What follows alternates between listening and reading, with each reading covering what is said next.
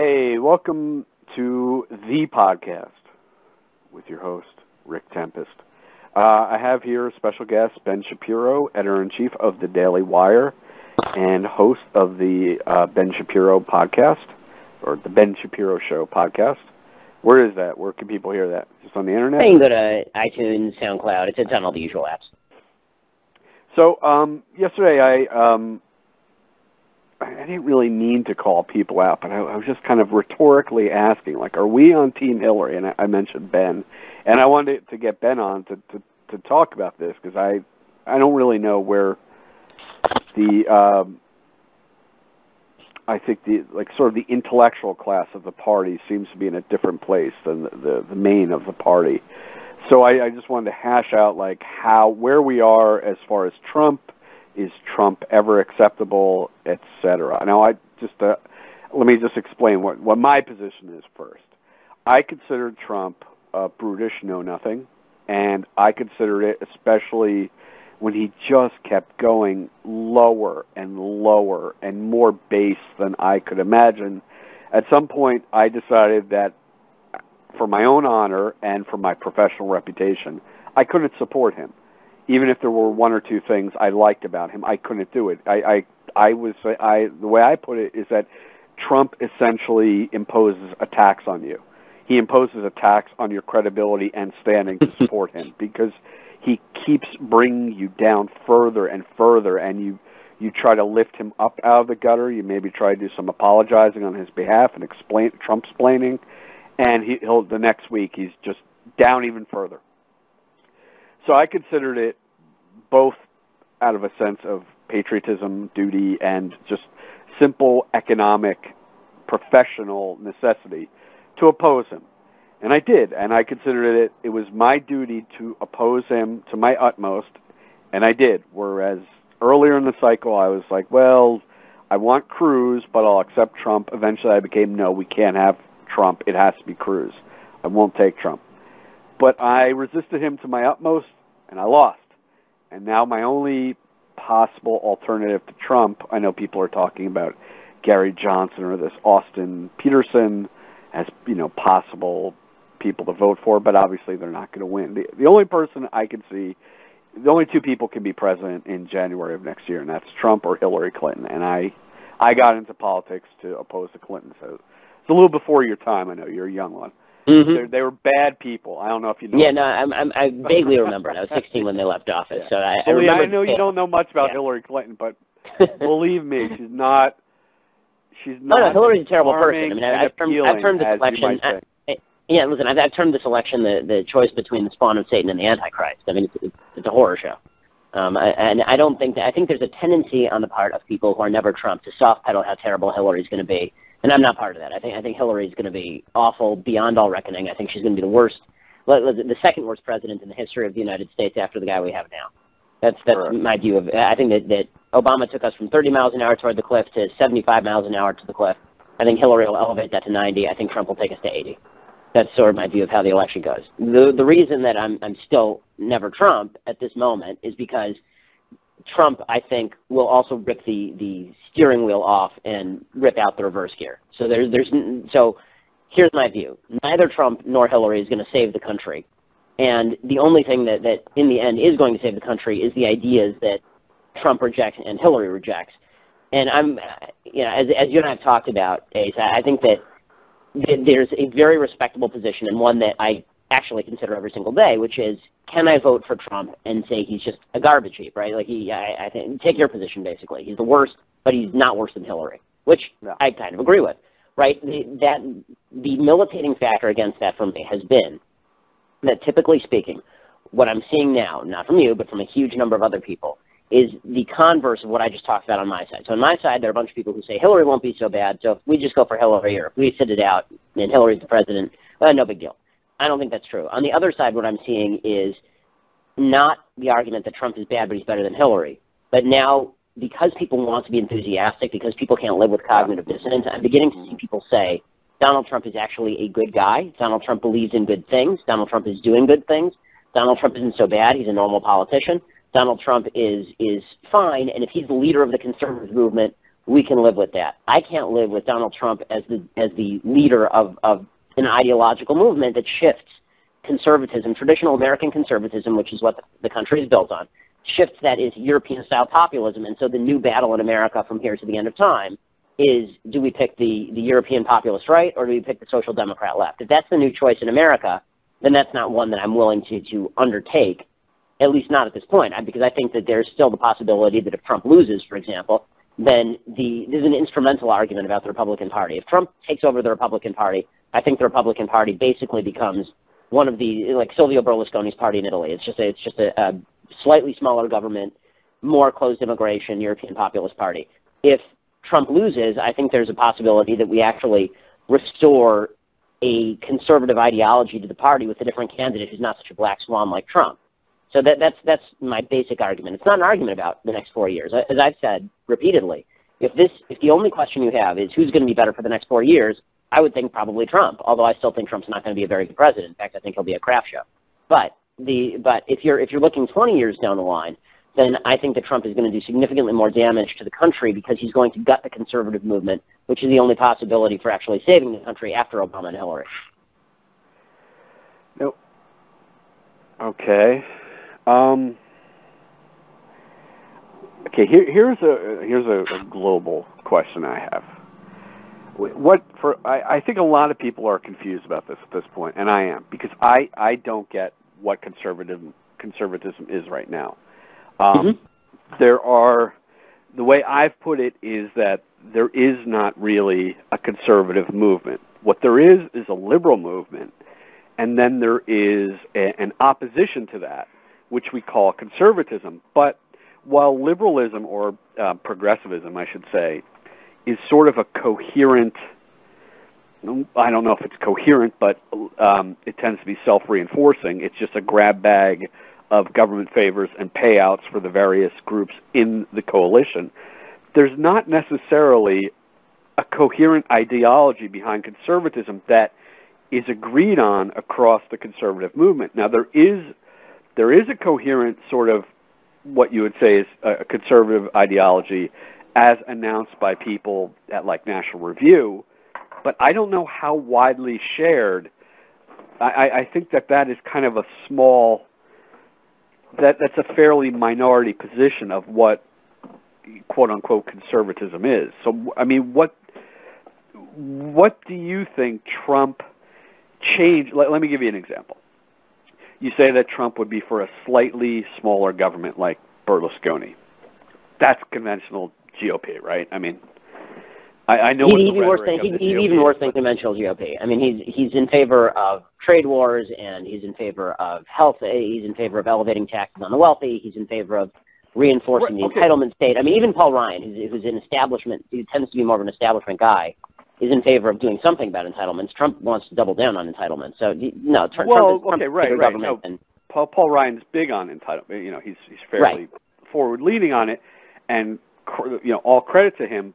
But the party as a whole tried that, maybe in a desultory way. They failed. They haven't. Only a few people running for president were actually pushing that idea. Chris Christie was the one I remember pushing it the loudest. I don't know who else was. Well, there are a bunch of others. I mean, I think Jindal pushed entitlement reform. I think that Cruz pushed entitlement reform. They at least paid lip service to it. I mean, Trump just goes out there and says... Well, that's a really good two-word phrase, or lip service. Mm-hmm. A lot of the Republican Party just seems to be lip service to the things we're talking about. So, in reality, how much of a shift would Trump be? Not in terms of rhetoric or ideation, but where rubber meets the road as far as what actually gets done. How different would Trump be than, I mean, Bush. A lot of this seems to be kind of lip service to me. I don't believe most of what... I think there's some... So I think that's a little... I will disagree only to this extent. I think that's slightly overstated. I think that Donald Trump is beyond his authoritarian personality, which I think you agree with, that this is a guy who has no compunction about using executive power. I think that Donald Trump... I think that's the most alarming aspect of him. And I would say that was disqualifying, except for the fact that he's up against another authoritarian who is even more dangerous. Right. And I, again, understand the argument. I do think that there's a difference between me owning the authoritarian and me opposing the authoritarian. But in terms of what he would actually do as president, that's different from what Republican presidents have done in the past.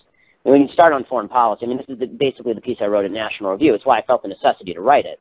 It's not because I'm just trying to take gratuitous pot shots at Trump, although I don't think there is such a thing, because if you're trying to call an election fairly, and I think one of the things I'm trying to do is stand up for principle and not for the people. One of the things I'm saying here is that I'm trying to call Trump as I see him, and I think that the piece that I wrote for National Review this week, where I sort of went through what his presidency would look like, I went through it on all fronts, and I think that, for example, on foreign policy, he is a difference in kind. He's a Pat Buchanan isolationist on foreign policy. That's very different from George W. Bush. It's even different than H.W. It's certainly different from Reagan. It's the first isolationist Republican foreign policy that we've seen really since maybe Calvin Coolidge and Herbert Hoover. I mean, it's something that's certainly new in our lifetimes. It's not something that we've seen recently. When it comes can I question that? Sure. I'll tell you why. Because Trump is incoherent on this point. Before just addressing foreign policy globally, I've always said that in debates, they always have the foreign policy debate, and people go, oh, we're going to learn something. No, you're not going to learn anything. Because everyone, when they get to foreign policy, say the exact two things. They say two contradictions. They say, we cannot be the world's policeman, and we can also not withdraw from the world. Right, Everybody said agreed. That. Al Gore said that. George Bush said that. John Kerry said that. They all say that. But you're arguing a little bit for the meaninglessness of terms as an excuse for Trump. No, but hold on. Conservatism doesn't mean anything, therefore Trump.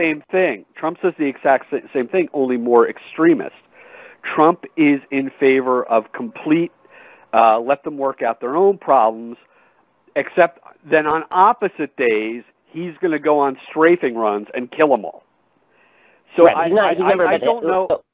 So who do you think he is? I don't know if he really represents a break so much as he's stating the contradiction in more extremist, brutish terms than we're used to hearing it. I don't think that's right. I don't think that he's just a little bit of an exaggeration of the normal tendency. I think that look, Ted Cruz has a realist foreign policy. Marco Rubio has a neoconservative foreign policy. Yes. Donald Trump's foreign policy is basically, if somebody hits us, then I'm going to pummel them for 2 days, or I'll do a Bill Clinton and shoot a missile and hit a camel in the ass in the middle of Sudan, and that'll be my response. Donald Trump doesn't want, his view of, because the one thing you can tell is his view of current conflicts. Right? I mean, that's telling. That's not just broad policy. That's like what he says he'll do on every available conflict. And on every available conflict, he basically says, I'll give up control. Right? I'm gonna stop working with NATO. I'm going to try and pull out of South Korea. I'm going to try and pull out of Japan. I'm not going to challenge China's rise militarily. I'm not going to challenge Vladimir Putin in Ukraine. I'm not going to challenge Vladimir Putin in Syria. I'm going to basically I'm going to enforce the Iran deal, which means nothing, of course, because the sanctions aren't coming back, and he's not going to attack Iran, and he's not going to back anybody else attacking Iran. So, I don't buy that. I don't think he's totally. I don't think he's the kind of witless ape, striking out at flies with his giant paws that some other people think he is. I think that his basic policy is the simplistic Bernie Sanders foreign policy. We can't build at home if we're building abroad. Bring everybody home. Stop spending money on foreign policy. And so that's a difference in kind. That doesn't mean he won't react, from time to time if we get hit. But he's certainly not going to be a proactive foreign policy guy. Is that fair? To be honest with you, I don't think he's really thought about it that much. I think you. Well, that's possible too. I think you have a more coherent view of Trump's foreign policy than Trump does. Well, that's possible. I don't know if he would really agree with that. I don't think he knows. I think he's going to be a very reactive guy making it up, which is not a good thing. He's reactionary across the board. He's a reactionary. Yeah. And so he has not thought about these things. I don't have the certainty you do about what he would do. I mean, he seems to embrace positions that sound like, there's always these assholes. I shouldn't say assholes, but there's always that guy who's just, to him, like he's at the bar, he's had a few highballs, and to him the world is a very simple place. Yeah. It's like, well, we got a problem with these camel jockeys in the Middle East. We should just cut a deal with Russia, just take their oil. Like everything's just like this sort of outside. So you have me there because I agree that that's Trump. That you've summed Trump up to a T.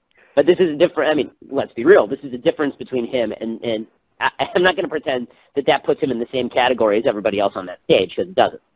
No, it doesn't. But he's up there with Hillary Clinton, who's, if I could speak in Trump language for a moment, in all fairness, she's been a disaster. I mean, Hillary Clinton has been 100%. arguably 100%. on the wrong side of every foreign policy issue for 30 years.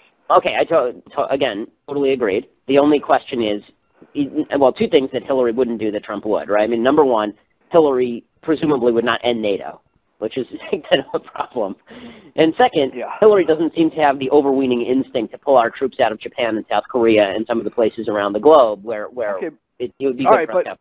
But we have to compare Trump and again, I'm not making Hillary. Again, you're forcing me into the argument Hillary would be better than Trump. I'm not making that argument. I'm arguing that Trump is perverting what the Republican Party has historically been. That's a different argument.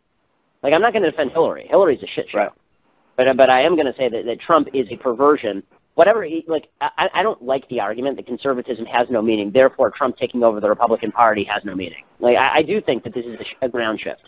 I think that this I do think it's a ground shift, but I also think that there's a lot of things that are accepted among I think there's, and I don't mean this I know this term gets used in a derogatory fashion. I don't mean that, but there is a class of professional ideation within the conservative movement, and they have a coherent vision of what. Well, actually, they all disagree, but each person has their own idea of what conservatism should be within that group. And Trump would be a departure from that. However, here's the thing. That vision is not widely shared and never has been that widely shared by the general electorate. I agree. While this is a repudiation of that class and that set of ideas, and actually it's not one set, there's a bunch of competing ones, but it's pretty much a repudiation of any of them because Trump is it's a repudiation of thought. Right? I mean, that's really what Trump is. He can make the argument. I kind of agree, except to this extent. I think that and I think this has happened with conservatism, I think intellectual movements get flabby. I think what's happened to conservatism is what happened to liberalism in the late 70s, early 80s when it gets calcified, sclerotic.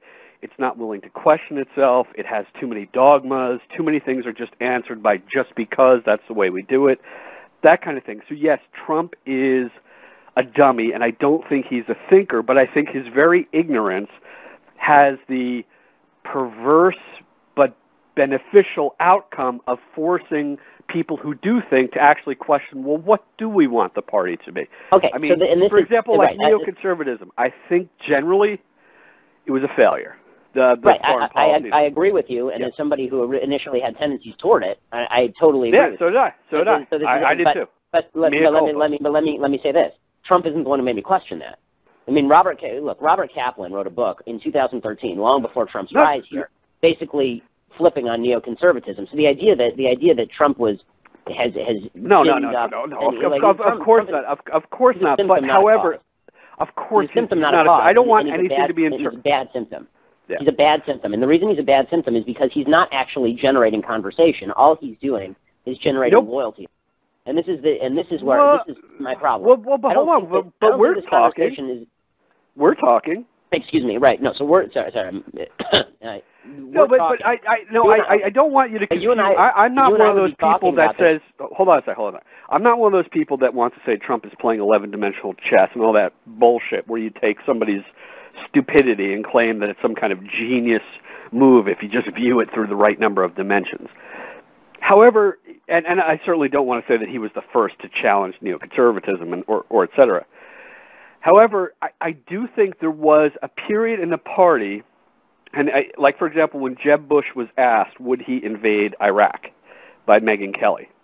Mm-hmm. This question apparently did not occur to Jeb to ask for himself. And so even at that late date, there was still not enough questioning in the party of basic things. I disagree with that, because I think that even you and I both ripped Jeb on that. Right? I mean, that wasn't like everybody who had a brain in his head was shocked that Jeb didn't have an answer at that. I think that's no, but it was still kind of verboten. It was still in major sections of the party. It was still like, well, aren't we supposed to say we supported that? Well, I mean, there was that element there that there was still ice. Like so there are a couple things going on here, I think, in this conversation, and and you tell me if I'm wrong. So first is you're talking about the fact that the conservative ideology, as articulated by some of the conservative leaders, is not a majority ideology. Right. I've never argued that it was, but all politics is coalitional, and the question is who's going to lead the coalition.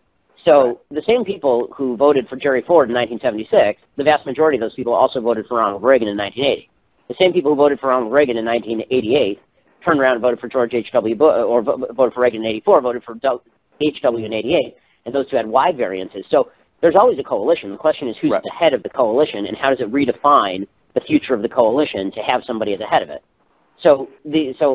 My argument is not with coalition politics. My argument is I don't think this asshole should be leading it. And beyond that, I don't think he should be leading it. I was a Cruz guy, but we lost. Okay. So we lost, but the question is, are we now going to sign over the rest of the House? And what I mean by that is that if Trump wins, then there will be a consolidation behind him. He will now define the party for at least the next 4 years, probably the next 8. And once that happens, I think that you've empowered a group of people to buy into things that are absolutely converse to what 95% of people who even think about this stuff believe. I mean, the fact that Donald Trump, we kind of talked briefly about his authoritarianism earlier, but I thought that one of the key credos of any conservative was you don't get to punch people if you disagree with them. This is something with which Donald Trump does not agree. Right. And there are people out there defending him today. I mean, I've talked to people who are moral voices in the conservative movement who have argued against the bullying nastiness of the left. And these are people who say, well, the left deserves it. If Trump says that protesters should get punched, that's because just those protesters are assholes. And I think to myself, well, I may agree they're assholes, but I don't agree that they ought to get punched. Donald Trump does, and I'm not going to defend that. There's a tendency, the reason that you and I can have this conversation, and I've had this conversation with a lot of folks, and the reason that I respect your decision to vote for Trump is because you're going with my premise. What was that? I'm probably not going to vote at all, but okay, I would.